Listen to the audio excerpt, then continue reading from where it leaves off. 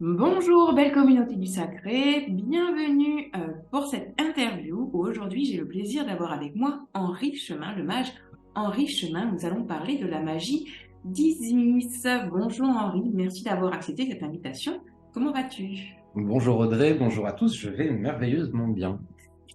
On va aujourd'hui sur un thème, un de mes thèmes de prédilection, donc c'est avec plaisir.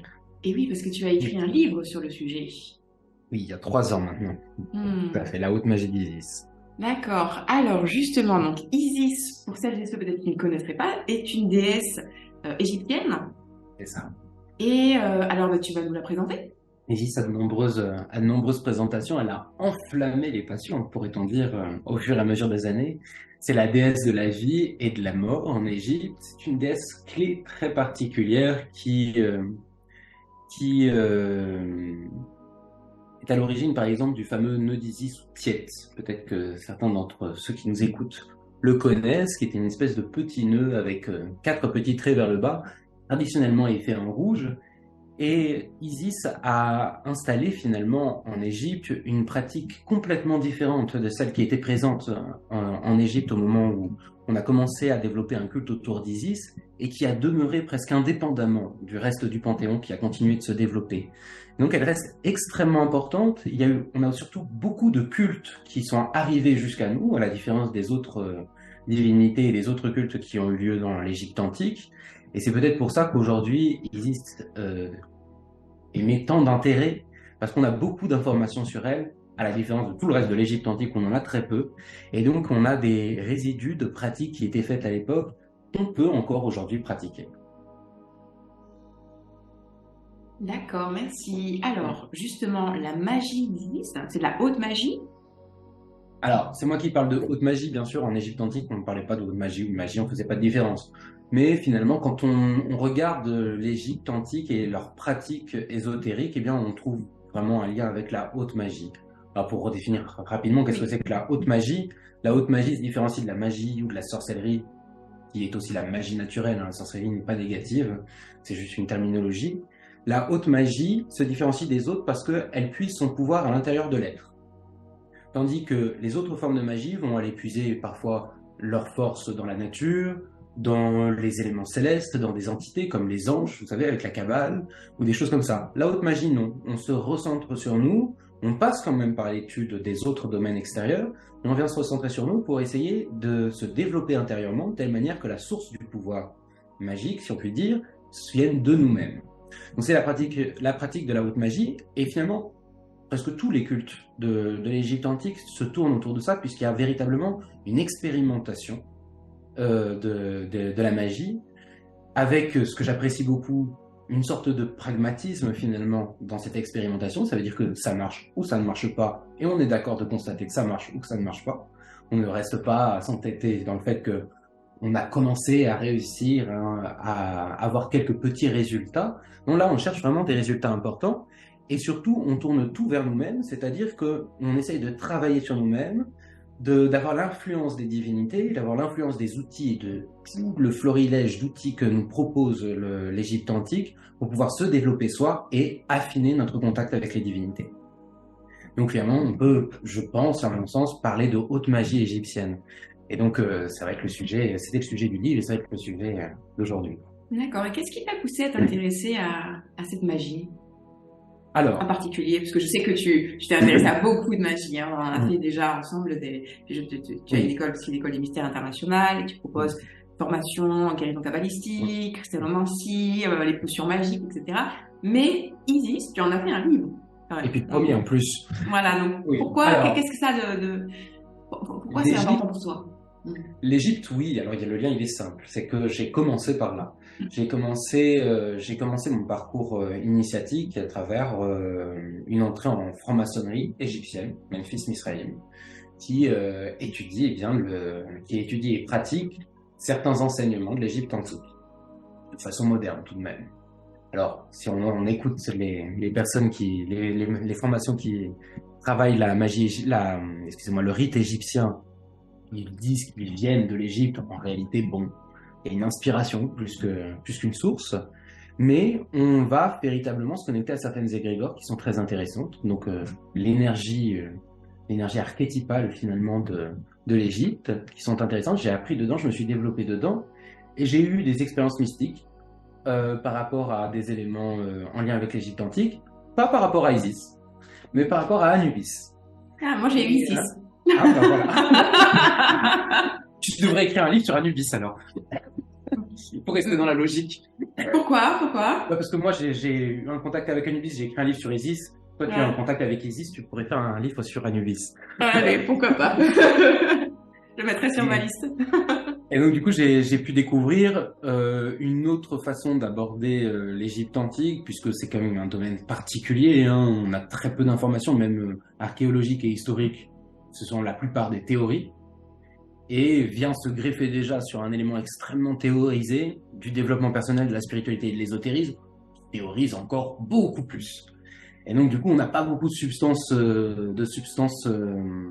sûres, pourrait-on dire. Et j'ai trouvé une partie de cette substance dans mon parcours dans la franc-maçonnerie égyptienne, puis après dans le rosicrucianisme égyptien. Et j'ai eu une expérience avec Anubis qui m'a permis d'avoir certaines compréhensions sur le fonctionnement, certains fonctionnements. Je suis tombé sur un livre en particulier qui est tout simplement mon inspiration absolue, hein, je le dis dans le livre de la haute magie d'Isis, c'est le livre de la magie de l'Égypte antique de François Lexa. C'est un vieux livre extraordinaire qui répertorie tout simplement il est en 3 volumes. Dans un volume, il répertorie tout simplement en 300 pages, je sais pas, peut-être 600 formules magiques égyptiennes authentiques. Dans le dernier morceau du volume, on a des représentations des différents outils et statues et des rites égyptiens. Et dans la première partie, on explique la magie que pratiquaient les Égyptiens dans la vie commune, et non pas la magie des pharaons. Est également très intéressant, et on voit que ce peuple a quelque chose de particulier dans son entremêlement avec la magie. Moi, ça me fait toujours rêver un petit peu, parce que c'est mon domaine, la magie, c'est mon intérêt, c'est ma passion, et on est dans une société qui le réfute totalement. Imaginons qu'à l'époque, le pouvoir politique assumait son lien avec la magie et pouvait se permettre d'investir dans la recherche, dans l'étude, etc. Sur ce domaine-là, c'est extraordinaire. Ouais. Tu penses que si c'était comme ça aujourd'hui, toi, ta vie serait différente? Puisque on te donnerait des moyens, on te permettrait d'être vu. Et par exemple, là, on fait l'interview, vous n'avez pas l'image, parce que justement, tu as une vie publique aussi, et que on brûle plus les sorcières aujourd'hui, ou les sorciers, et quand même, on n'en est pas si loin. Tout à fait, tout à fait. Ouais, on est exactement dans ce domaine-là. Je peux pas montrer mon image aujourd'hui parce que j'ai un travail c'est pas quelque chose de secret ou d'extraordinaire, mais simplement qui est public. Et du coup, on ne peut même plus assumer cette partie-là. Et on aurait fait beaucoup de rencontres en l'assumant. C'est-à-dire, je suis certain d'avoir des collègues de mon travail qui sont intéressés également par la chose et jamais nous le diront. Donc, forcément, effectivement, si la société s'en tombait à corps perdu dans la magie, envisager, lancer certaines recherches sur des éléments déjà de parapsychologie, etc., eh ben, on pourrait faire des avancées extraordinaires et surtout commencer à aborder l'ésotérisme de façon pragmatique. Alors justement, on va parler de ça. À quoi leur servait la magie? Donc la magie en Égypte, la magie du peuple et la magie pharaonique, parce que tu te dis que c'est 2 choses différentes. Et si on utilisait aujourd'hui la magie, je dirais de façon officielle, parce que je ne suis pas certaine qu'elle n'ait pas utilisé oui, bien sûr, au pouvoir, mais de façon officieuse. Mais on va dire que si elle est utilisée de façon officielle et dans le bien de tous, et si, admettons que nous vivions dans un monde où il est encore assumé de pratiquer la magie, et qu'on s'en sert de façon bénéfique dans l'intérêt de tous, dans l'intérêt des peuples, comment est-ce que tu penses qu'on utiliserait la magie dans nos sociétés modernes, au niveau de notre civilisation? Donc, on va commencer d'abord par l'Égypte, pour quel usage ils en avaient, et toi, si tu peux faire une projection de quel usage, au niveau de notre civilisation, on pourrait faire de la magie. D'accord. Alors, l'usage par le passé, eh bien, il était très différent, comme je vous le disais, entre les pharaons, ou du moins les familles nobles et le peuple. Mais il était inclus dans la société et c'est ça qui est fascinant. C'est ça que François Lexin veut surtout, sur lequel il fait un travail, parce que c'est un historien, il aborde les choses de façon extrêmement sérieuse, donc il ne projette pas son propre avis, et explique les usages que les Égyptiens utilisaient au quotidien de la magie, donc par exemple certaines invocations qui allaient être faites juste, enfin invocations, des formules magiques tout simplement, qui étaient faites quand on entrait dans sa maison, pour pouvoir la protéger, pour pouvoir agir sur les moissons, pour pouvoir agir sur la prospérité, pour pouvoir agir sur la santé. En fait, finalement, ce que j'apprécie beaucoup dans la façon dont l'Égypte antique utilisait la magie, c'est que quand on démystifie un peu l'ésotérisme et qu'on arrête de le rendre plus extraordinaire qu'il est, parce qu'il n'a pas besoin d'être exagéré pour être appréciable, eh bien, on peut commencer à utiliser l'ésotérisme en lien avec les autres sciences. C'est une science qui ne se suffit pas elle-même comme toute science, je pense. C'est une science qui devrait avoir des liens avec la médecine, avec la physique, avec la chimie, etc., comme on voit avec l'alchimie, par exemple. Alchimie et chimie devraient faire des travaux communs, bien entendu, etc. Et finalement, dans l'Égypte antique, le médecin allait mélanger certains savoirs de connaissances médicales à des savoirs ésotériques, où on pourrait se dire c'est complètement farfelu comme dans beaucoup de choses du passé, mais non. Il y a certaines découvertes médicales qui sont complètement stupéfiantes que l'Égypte antique mettait en usage et qu'ils arrivaient à collaborer avec l'ésotérisme en même temps, en allant consacrer par exemple une plante à une divinité ou je ne sais quoi. Eh bien, cette collaboration était fascinante. Peut-être est-ce une des clés qui explique l'extraordinaire développement de cette civilisation. Peut-être c'est ça aussi qui explique son anéantissement beaucoup trop rapide. En tous les cas, ils avaient créé une société qui était complètement différente de la nôtre et des sociétés qui existent un peu partout aujourd'hui. C'est ça qui est fascinant et qui permettait finalement d'aborder l'ésotérisme d'une façon différente. Et alors par rapport à ce qu'on pourrait faire aujourd'hui, par rapport à cet usage de l'ancien temps, bon, qu'est-ce que je pense qu'on en ferait? Je pense qu'on en ferait de mauvaises choses, comme toujours l'homme le fait. Mais ce qui serait intéressant de faire, par contre, ce serait de créer des laboratoires, tout simplement. C'est un de mes projets, mais que je ne sais pas si je réaliserai un jour dans ma vie, que de créer un laboratoire d'études ésotériques où on pourrait essayer d'attraper les premiers éléments de l'ésotérisme, pas forcément les plus fascinants ou les plus extraordinaires, mais ceux qui sont manifestes, qui sont répétables et qui sont constatables du coup. Et il pourrait y avoir une collaboration extraordinaire entre la science et l'ésotérisme, je pense, pour améliorer la vie des gens. Mais si tu pouvais donner un exemple. Moi, il y a quelque chose qui me vient, tu vois. Par exemple, l'année dernière, il y a eu beaucoup de problèmes de sécheresse. Oui. Je me dis que ça, c'est quelque chose qui pourrait être pris en charge. Oui, tout à fait. Alors ça, je dirais presque le deuxième degré d'ésotérisme. Moi, je verrais des exemples encore plus basiques. Le premier degré d'ésotérisme, c'est-à-dire des éléments qui sont constatables. On sait que ça marche depuis des décennies, des millénaires, et on n'en parle toujours pas. Comme par exemple le fait de couper le feu. Les coupeurs de feu, c'est quelque chose de totalement avéré. Les médecins savent que ça marche. Tout le monde sait que ça marche. Qu'est-ce qu'on attend pour faire une véritable étude dessus? Le fait de la momification par magnétisme d'un fruit, d'un légume ou je ne sais quoi, c'est quelque chose qui marche systématiquement, sans aucun développement antérieur.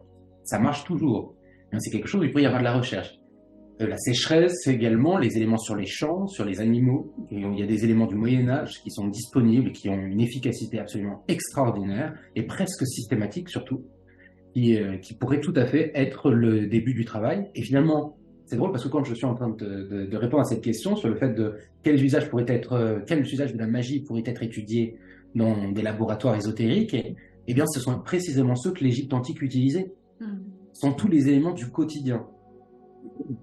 J'ai pas vu de choses extrêmes. Bon, après, ça veut pas du tout dire que ça n'existe pas, mais en tout cas, moi, je n'en ai pas vu des choses très intéressantes, très travaillées sur la clairvoyance, sur l'initiation, sur la communication avec les esprits, sur des choses comme ça. J'ai vu beaucoup plus de choses par rapport à l'agriculture, par rapport à la prospérité, par rapport à la santé. Donc, on revient aux besoins fondamentaux de l'homme, c'est dire la foi qu'ils avaient, finalement, dans cette science, puisqu'ils en remettaient les éléments les plus essentiels de leur existence entre les mains de la magie. Et je pense que ça marchait pas mal quand même. Et la magie pharaonique? Qu'est-ce que c'était? Alors, la magie pharaonique, c'est tout autre chose. Faut bien imaginer que la société égyptienne est extrêmement pyramidale, sans faire de faux jeu de mots, et il y a un pouvoir absolu pour le pharaon et pour sa cour, dirons-nous, hein, ceux qui l'entouraient et qui recevaient une solide initiation à l'ésotérisme. C'est un fait historique, hein, qu'ils avaient des enseignements spirituels et magiques. Après, le détail, lui, n'est pas historique, mais est rapporté dans certaines sociétés initiatiques, où on nous parle, par exemple, du travail de la projection astrale, donc du voyage astral, de la décorporation. C'est absolument fascinant la manière dont il le travaillait, avec un sérieux extraordinaire, où on allait méthodiquement étudier la décorporation avec des exercices où le pharaon allait devoir se décorporer pour pouvoir réapparaître dans une autre pièce et aller découvrir un symbole qu'il allait revenir avec sa conscience de l'autre côté pour pouvoir dire ce symbole, par exemple. Donc il y avait tout un tas d'expérimentations qui se faisaient pour les pharaons, où dans les temples, ils se faisaient initier successivement aux magies des différents dévots, des différentes divinités. Ok. Et toi, à l'heure actuelle, tu enseignes la magie d'Isis. D'ailleurs, il va y avoir un atelier en ligne le 10 juin, C'est ça. de 9h à 13h. On l'avait répété avant l'interview. Et pourtant, il y a eu ce petit moment d'hésitation. On y était presque. On y était presque. Le 14 juin, sérieusement. Le 10 juin. De 9h à 13h. Oui. Eh bien, vous avez le lien dans la description de la vidéo si vous voulez voir la page de présentation de l'atelier et puis rejoindre l'aventure. Je tiens également à préciser que si vous n'êtes pas disponible le 10 juin, eh bien, vous pouvez quand même rejoindre l'aventure et vous aurez le replay une semaine après. Et tout ça, vous l'aurez à vie, en fait, une fois que vous avez rejoint l'atelier. Les accès, vous les gardez à vie. Et alors, ceci étant dit, qu'est-ce que tu enseignes dans cet atelier sur la magie d'Isis? Alors, dans cet atelier, on va déjà, bien entendu, aborder le contenu du livre. Donc, s'il y avait des personnes qui n'avaient pas lu le livre, qui n'avaient pas le livre, il n'y a aucun souci. On va reprendre les bases. Mais j'ai voulu faire ce séminaire, j'ai tardé avant de le faire. Quand même, ça fait 3 ans, je fais des séminaires à longueur de temps, j'ai écrit un livre, j'ai même pas fait beaucoup de séminaires à ce sujet. Non, parce que c'est un domaine qui m'intéresse personnellement et sur lequel je n'étais pas encore totalement satisfait pour pouvoir faire un séminaire. Aujourd'hui, oui, j'ai pu avancer dans mon travail sur ce domaine et j'ai pu trouver quelques éléments intéressants sur la manière dont on peut travailler aujourd'hui avec les énergies égyptiennes. Là, il y a quelque chose de particulier, c'est que ces énergies égyptiennes, pour celles et ceux qui ont pu essayer, je pense que c'est assez répandu, le fait d'aller faire des invocations à Isis, par exemple il y a le triangle d'or d'Isis et d'autres formations, eh bien les énergies égyptiennes ont cette particularité, je trouve, d'être encore extrêmement présentes, de façon assez curieuse, après que leur temple ait été pillé, détruit, saccagé et rendu touristique, eh bien l'énergie demeure, et cette énergie n'est pas forcément facile à aborder. Et j'ai essayé dans la haute magie d'Isis, le livre, de proposer un accès aux énergies égyptiennes, énergie, c'est peut-être pas le terme qui convient le mieux, aux égrégores égyptiennes, en toute sécurité. Et il me manquait quelques clés pour pouvoir aller plus loin avec les étudiants, aussi loin que je l'ai fait dans le domaine personnel, dans la magie égyptienne. Aujourd'hui, j'ai ces clés. Et c'est ce que je souhaite proposer. C'est pour ça que, pour la première fois, on va parler dans ce séminaire de mon lien avec Anubis et de ce que j'ai pu travailler avec lui, c'est ce sur quoi j'étais en attente surtout, et du lien qu'il a avec Isis. Et dans ce séminaire, donc, on va commencer par, donc, je vous disais, l'étude du livre, avec la genèse rapidement d'Isis, du panthéon égyptien, et surtout des outils et formulations magiques de l'Égypte antique. Puisque l'Égypte antique a une vision extraordinaire des formules magiques. Moi, j'ai toujours été fasciné, je ne sais pas pour toi ou pour ceux qui nous écoutent, par les formules magiques, puisque c'est peut-être l'élément le plus connu de l'ésotérisme, et pourtant, dans l'ésotérisme, on n'en parle pas, ou très peu. Il y a finalement dans la Kabbale la Gematria, qui est donc l'art de la formulation magique. À part ça, très peu. Et finalement, en écrivant le livre de la haute magie d'Isis, eh bien, j'ai découvert que les Égyptiens avaient une pratique fascinante sur les formules magiques, parce que le problème qui demeure, c'est qu'un rituel qui puisse avoir un effet, ça je l'entends, on va faire toute une préparation, on va appeler des énergies, on va les condenser, on va les diriger, Donc pourquoi pas avoir un effet? Ça me semble logique. Par contre, aller dire abracadabra, qui est une vraie formule magique pour le coup, et oser espérer un effet, ça je ne le comprends pas. Et pourtant, il y a maintenant 17 ans, quelque chose comme ça, on m'a transmis le fait de pouvoir couper le feu. C'est une formule magique avec laquelle je ne partage même pas les idées de ce qu'on dit. Voilà, mais on me l'a transmise. Donc voilà, je n'ai pas cherché à en avoir une autre qui correspond mieux à ce que je pense. Mais c'est-à-dire que la composition de la formule, que je ne peux pas vous dire là comme ça, eh bien, la composition de la formule, c'est un texte historique, dirons-nous. Et ben, je ne suis même pas d'accord avec, et pourtant ça marche systématiquement. C'est incroyable, je ne comprends pas. Tandis que dans des rituels magiques, eh bien, on va avoir 70% de réussite, et c'est déjà extraordinaire. Mais cette formule magique, elle marche parfaitement. Et pourtant, on n'a aucun respect des lois de l'ésotérisme, on n'a rien qui puisse permettre d'expliquer que ça marche. Et pourtant, ça marche. Donc, bien sûr, on peut se reposer sur l'idée de l'égrégore. Une égrégore, donc assez fort, oui. Voilà. Mais finalement, donc c'était ma première théorie, j'ai commencé à étudier le sujet, et puis finalement, le fait de couper le feu est répandu dans le monde entier, et sous différentes formules. Donc l'égrégore n'est pas si constitué que ça, puisque les formules varient énormément, rien qu'en français, dans les formules francophones, j'en ai à ma connaissance une cinquantaine. Wow. Donc, qu'est-ce qui explique que cet élément-là marche? Je ne sais pas. Et finalement, en découvrant l'Égypte antique, enfin, en écrivant le livre de la haute magie d'Isis, eh bien, j'ai découvert la façon dont ils utilisaient les formules magiques, où ils consommaient la formule. C'est-à-dire qu'ils consommaient la formule. Ils la mangeaient. D'accord. Ils l'écrivaient, ils la mangeaient? D'une façon un peu particulière, mais oui. Oh, wow. Ok. Il la mangeait d'une façon particulière. Je crois que j'en parle dans le livre, mais je pense que je ne dis pas tout peut-être. De comment on va manger une formule. Oui, si, on en parle dans le livre. On va consommer cette formule d'une façon très particulière pendant un moment. Et après cette formule, quand on va l'avoir entrée à l'intérieur de ça, on va faire une pratique pour qu'elle le mot n'est pas extraordinaire, mais qu'elle s'accroche à l'intérieur de nous, si je puis dire, qu'elle rentre au plus profond de nous-mêmes et qu'on puisse par la suite juste la dire et qu'elle marche. Et elle sert à quoi cette formule? Il y en a plein. Il y en a plein. Dans le livre de la haute magie d'Isis, il me semble qu'il y en a 5 qui sont proposés pour guérison, initiation, protection, purification et je ne sais plus quoi. Mais après, en fait, vous avez le livre de François Lexac que je vous parlais au début, qui répertorie bien 500 formules magiques. Donc après, bravo. Mais il apprend comment les faire fonctionner, ou ça c'est quelque chose de particulier que tu enseigneras lors de l'atelier? Non, il aborde le fait que les formules magiques soient consommées, mais c'est pas chez Lexac que j'ai pu trouver cette information, je ne sais plus, c'est que j'ai fait de nombreuses recherches pour le livre. D'accord. Mon bureau était rempli de livres, je ne sais plus la source, je la retrouverai. Mais François Lexac, lui, explique juste la formule, l'usage historique de cette formule, et donc la supposition de son effet. D'accord. Et toi, dans le séminaire, dans l'atelier en ligne, tu expliques comment le faire. C'est ça. Alors, ce qu'on va surtout expliquer, ce que je veux surtout transmettre, c'est comment faire une intégration de formules magiques et comment en faire usage. Après, je vais transmettre un certain nombre de formules magiques, mais surtout, je vous invite à tous, même à ceux qui nous écoutent, vous n'avez pas besoin de faire le séminaire pour ça, d'aller regarder le livre de François Lexac, de l'étudier. C'est une mine d'or extraordinaire et trop méconnue, à une heure où l'Égypte antique est en avant. Et donc, du coup, à l'issue du séminaire, mon objectif, c'est que l'étudiant qui est venu ait compris les fonctionnements de l'intégration d'une formule et qu'il puisse utiliser ça avec le livre de Lexac, mais également dans la Gematria, et également pour ses propres formules magiques.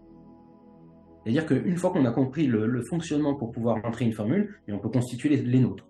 Alors certes, elles sont bien moins fortes qu'une formule kabbalistique ou égyptienne, puisqu'elles ont une égrégore qui s'est constituée au fur et à mesure du temps, mais elles marcheront quand même. D'accord. Super. Merci. Donc ça va être un gros sujet du webinaire, la formulation. Donc en fait, quels sont les bénéfices, si tu devais citer quelques bénéfices? C'est-à-dire, les personnes qui vont suivre cet atelier en ligne, à la fin, ils seront en mesure de faire quoi? Donc moi, du coup, j'ai pu vivre une expérience particulière avec Anubis, où j'ai pu être en contact avec son énergie. de façon beaucoup plus palpable que ce que j'ai pu vivre dans d'autres expériences avec, par exemple, les anges de la Kabbale, les énergies de la Terre ou je ne sais quoi. Et bien, c'est ça que les personnes vont pouvoir vivre dans cette expérience. C'est une rencontre avec cette énergie qui, au fur et à mesure qu'elle sera développée, que vous vous habituerez finalement à être en contact de cette énergie, elle vous répondra très rapidement. Et c'est ça peut-être qui est dommage, c'est que souvent on a accès à tellement de domaines ésotériques aujourd'hui qu'on les survole bien souvent, tandis que finalement c'est dans l'approfondissement que l'on parviendrait à avoir enfin la réalisation de notre objectif, c'est-à-dire d'entrer en contact avec une énergie et de réussir à la faire entrer dans sa vie. Comme par exemple, je vous dis énergie depuis le début, mais peut-être vous ne vous visualisez pas ce que j'entends par là. Ça peut être par exemple l'énergie de la guérison, ça peut être l'énergie de la prospérité, l'énergie de la paix ou je ne sais quoi. Enfin, prenons vraiment toutes les énergies au sens kabbalistique finalement. Une force s'exprime par une intention. Eh bien, ces énergies-là, on peut se mettre en contact avec, on le fait naturellement quand, par exemple, on a la force d'inspiration qui vient à nous, on va fermer les yeux et dans un moment particulier, on va recevoir quelque chose. Par exemple, je vous parlais d'inspiration même artistique, hein, d'aller peindre, faire de la musique ou je ne sais quoi. On a cette espèce de force extraordinaire qui vient de je ne sais où, qui entre à l'intérieur de nous et qui nous fait apparaître toute la symphonie d'un coup ou toute la peinture d'un coup, et tout à fait extraordinaire comme expérience. Eh bien, c'est ce genre d'expérience finalement qu'on va vivre dans l'ésotérisme, mais au lieu que ce soit l'inspiration pour l'expression artistique, eh bien, ça va être une inspiration pour l'expression de notre propre vie. Donc peut-être que plutôt que d'obtenir la guérison comme on l'avait imaginé, par exemple si on demandait la guérison en ayant une guérison miraculeuse qui vienne et que la maladie disparaisse, eh bien non, ça n'arrivera pas la plupart du temps. Eh bien, ce qui pourrait venir bien plus tôt, c'est la compréhension de cette maladie qui pourrait nous permettre de nous en libérer par nous-mêmes. Et là, on rentre à nouveau dans le système de la haute magie. On tourne l'intérêt vers notre développement intérieur, le travail de soi-même. C'est ça qu'on va essayer d'aborder. Super, d'accord. Ouais, j'aime beaucoup ça, parce qu'effectivement, pour moi, la maladie, c'est ça, elle est là pour enseigner quelque chose. On a besoin de comprendre le message de ce qui est enseigné et pas d'aller se la faire enlever par je ne sais quoi sans comprendre, parce que de toute façon, je pense que si c'est là, donc ça a une intention aussi. Bien Et sûr. si ça part d'une façon un peu, je sais pas trop, sans qu'il y ait la compréhension derrière, ça se manifestera d'une façon ou d'une autre dans la vie de la personne. C'est parce que c'est un message. Donc, et quand on se penche sur ce sujet de la guérison et énergétique, spirituelle, ésotérique, ben, on tombe sur des explications, la maladie et compagnie, etc., toutes ces choses, où par exemple on vous dit la main c'est recevoir, le genou c'est l'humilité, etc., etc. Puis après quand on regarde le concret d'une personne malade, il est bien difficile de simplifier les choses comme ça. Enfin, je sais pas, j'ai entendu plein de fois dire des gens, le cancer c'est telle chose, telle maladie c'est telle chose que tu n'as pas compris vers toi. Mais dans la réalité d'une vie, d'une vraie personne, c'est beaucoup plus complexe. Et il faut vraiment, à mon sens, avoir réussi à avoir vécu une véritable imprégnation. Donc, c'est-à-dire avoir été rempli de la source de compréhension, de l'énergie qu'on essaie d'appeler, pour pouvoir réussir à s'en libérer. Et c'est pas si simple que ça. Et l'ésotérisme est quelque chose qui peut aider. C'est exactement. Après, moi, mon point de vue, c'est pas de rien faire en disant bon, mais je vais juste attendre et comprendre pourquoi. Non, en fait la compréhension, elle vient aussi avec un changement d'attitude, un changement de comportement dans sa vie. C'est tellement de choses. Et ça veut pas dire qu'il faut pas faire des soins en même temps. Mais moi, pour avoir justement eu de très très très très longues maladies, j'ai essayé 50 000 trucs, ça fonctionnait pas. Jusqu'au jour où j'ai vraiment trouvé ce qui fonctionnait, mais c'était concomitant à des compréhensions, c'était concomitant à des changements de comportement, c'était concomitant à plein de choses. Donc voilà, c'est pour ça que après c'est que mon point de vue personnel, mais abracadabra, ça y est, tu es guéri, je pense pas que ce soit une bonne façon d'aborder la maladie. Tout à fait, ça reste dans des exceptions. Et puis, d'ailleurs, ça peut être l'occasion de faire un petit disclaimer. Quand même, il y a eu aussi beaucoup de dérives qui se sont faites sur l'ésotérisme, la spiritualité et tout ça, où c'était intéressant d'essayer d'aborder la guérison à travers la compréhension, la spiritualité, l'énergie, etc., parce qu'il y a de grandes clés dedans, mais il faut pas abandonner non plus la médecine Ah non, et non, ne non, pas se non. retirer Hmm. d'une médication et des préconisations de ceux qui étudient ça à longueur de temps, des Hmm. médecins. Donc, il faudrait réussir à faire une belle collaboration, peut-être comme au Québec, ça commence beaucoup, avec beaucoup d'études qui sont en cours sur les médecines parallèles et la médecine allopathique. Oui. Alors après, qu'on puisse faire médecine parallèle ou médecine allopathique ou les deux ensemble, etc. L'idée, c'est de faire des soins en même temps, C'est ça c'est ça. sûr. C'est ça. Et peu importe le choix de ce que c'est. Tout à fait. Mais que ce soit pas déconnecté d'une démarche intérieure aussi. Voilà. Voilà. Complètement. Je pense que la façon dont je le résumerais le mieux, c'est ça. Tout à fait. C'est vous choisissez le système de soins qui vous appelle, avec lequel vous êtes aligné, mais en même temps faire une démarche Je suis d'accord intérieure. avec toi. Voilà. Je suis d'accord avec toi. Et justement, eh bien, dans l'Égypte antique, les sources de guérison qui sont présentes à l'intérieur de cette tradition, eh bien, a cet intérêt de mêler, bon, avec la médecine de l'époque, hein, mais a cet intérêt de mêler médecine et ésotérisme. Et c'est peut-être ce que nous devons faire, peut-être. Mais en tout cas, cette civilisation était quand même glorieuse, hein. Mm. Peut-être que ce que nous devrions faire, c'est essayer d'aborder la guérison sous ses différents aspects, parce que on n'a jamais assez d'aspects pour essayer de comprendre une maladie. Mm. Et par exemple, si on ne croyait pas, au pire, à la magie, on pensait que c'était faux, bien, je pense que ça marcherait tout de même. Parce que quand on va travailler la spiritualité, l'ésotérisme, l'énergie, pour essayer d'apporter la guérison, eh bien déjà, on va faire un travail mental. On va faire un grand travail psychologique à l'intérieur de nous où on va essayer de se mettre en acceptation, d'avoir quelque chose qui puisse entrer pour pouvoir solutionner le problème.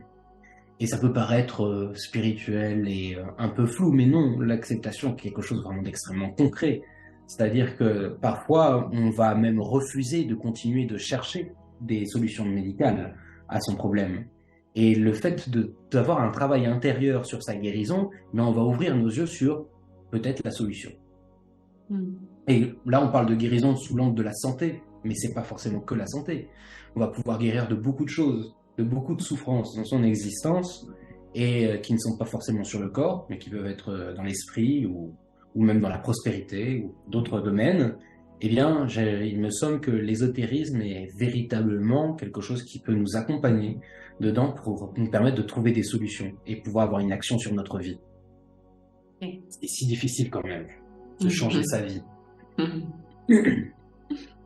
sais pas. Je sais pas si on peut en faire une règle générale. Il y a des gens qui ont l'air de l'avoir cool quand même. Mais peut-être que ceux qui l'ont cool, c'est ceux qui cherchent à ne pas changer. Je sais pas. Tu as l'impression qu'il y a des gens qui arrivent à changer facilement de vie? Oui, enfin moi je connais des personnes qui sont passées maîtres dans l'art de pas se créer de problème en fait. Ah oui. Non mais c'est vrai, c'est-à-dire vraiment d'avoir un état d'esprit tellement dans la simplicité, tu sais, pas dans la névrose, parce que voilà, je dirais que ces personnes-là, ce qui est en particulier par rapport à la plupart des personnes, c'est qu'elles se créent pas des nœuds au cerveau pour rien en fait. Tout à fait. Voilà. Et je pense que quand il y a une simplicité intérieure comme ça, eh ben, ça se reflète dans la vie de façon.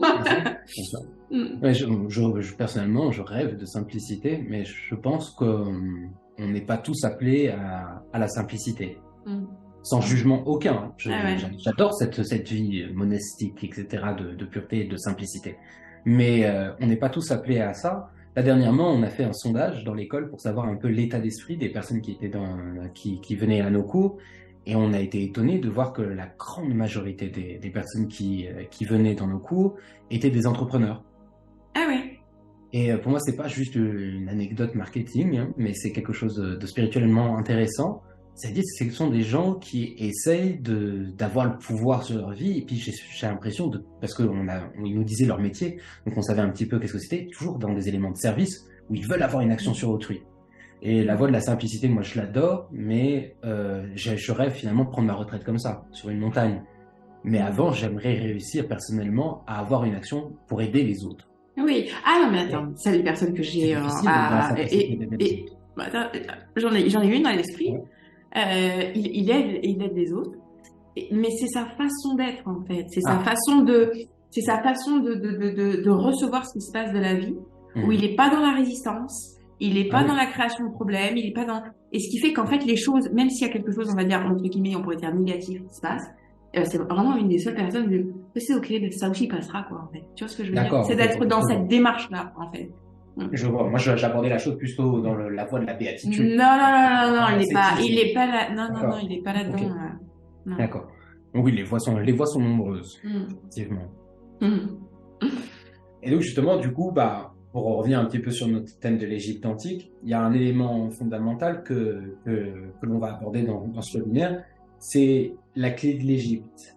L'Égypte est quand même antique, est un domaine verrouillé. C'est quand même curieux vu le nombre d'artefacts qui sont encore disponibles et que les historiens étudient ça depuis des décennies. Eh bien, elle reste encore totalement verrouillée. Eh bien, finalement, il me semble avoir entrevu quelque chose qui pourrait être cette clé au sein d'Isis. Et on parle du fait de la croix Ankh, ce fameux symbole d'Isis, une espèce de croix avec une boucle en son sommet.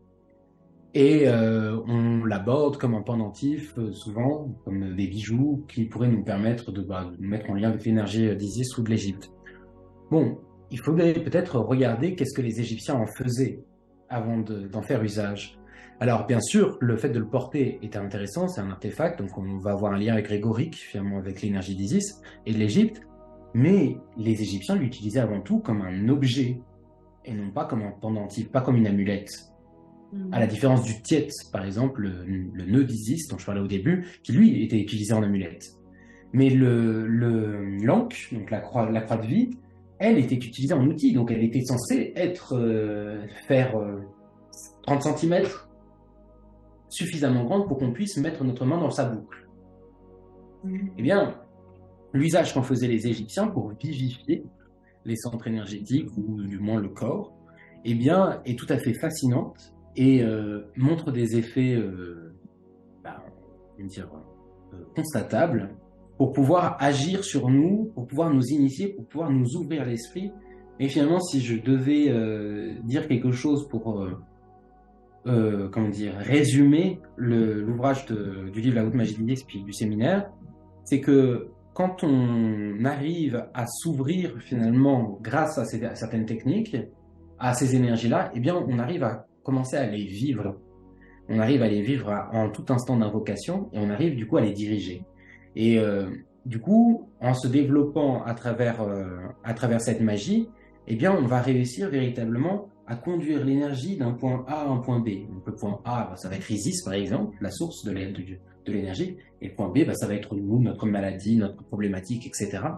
Et vraiment l'impression que cette énergie arrive à entrer en nous, à passer à travers nous, du moins suffisamment puissamment pour qu'on arrive à avoir des effets concrets dans notre existence. C'est ça mon objectif. D'accord. Écoute, merci beaucoup. Donc pour les personnes que ça toi. intéresse, vous avez le lien dans la description de la vidéo. Merci Henri. Merci. Voilà pour une belle introduction pour la magie d'Isis, pour comment cela peut nous servir dans notre vie, d'être relié à cette énergie-là, créer plus d'équilibre finalement. C'est ça, hein, parce que quand on est en recherche de plus de santé, plus de prospérité, etc., c'est que il y a un certain déséquilibre dans sa vie et qu'on est d'accord pour utiliser soit les forces naturelles, donc les comprendre, soit un développement intérieur qui fait qu'on arrivera à avancer. À avancer, exactement, oui. Ouais. À vivre de paix. Il y a un grand outil qu'on a eu en transmission finalement de l'Égypte antique également, c'est la fabrication des amulettes. Il y a encore quelque chose qui est expliqué par Alexa, où on va pouvoir apprendre à constituer des amulettes. Les amulettes, vous savez, ce sont ces agrégats de choses sacrées qui vont transmettre une énergie. À la différence d'un talisman où c'est juste un dessin, mais là, par exemple, souvent, les Tibétains utilisent par exemple des encens, des bumpas, des représentations de divinités, etc. Ils les accumulent pour avoir une petite charge puissante. Mais les Égyptiens en faisaient usage également des amulettes, et d'une façon tout à fait intéressante, et c'est également un domaine qu'on va étudier. D'accord. Bon. Bien, merci. Merci à toi. Et puis, écoute, merci à vous qui nous écoutez. Donc, si vous avez apprécié cette interview, merci aussi de contribuer à la rendre plus accessible en à d'autres personnes en mettant un petit pouce bleu afin de favoriser l'algorithme YouTube. On vous embrasse bien fort et puis on vous dit à bientôt pour une nouvelle interview. À très bientôt.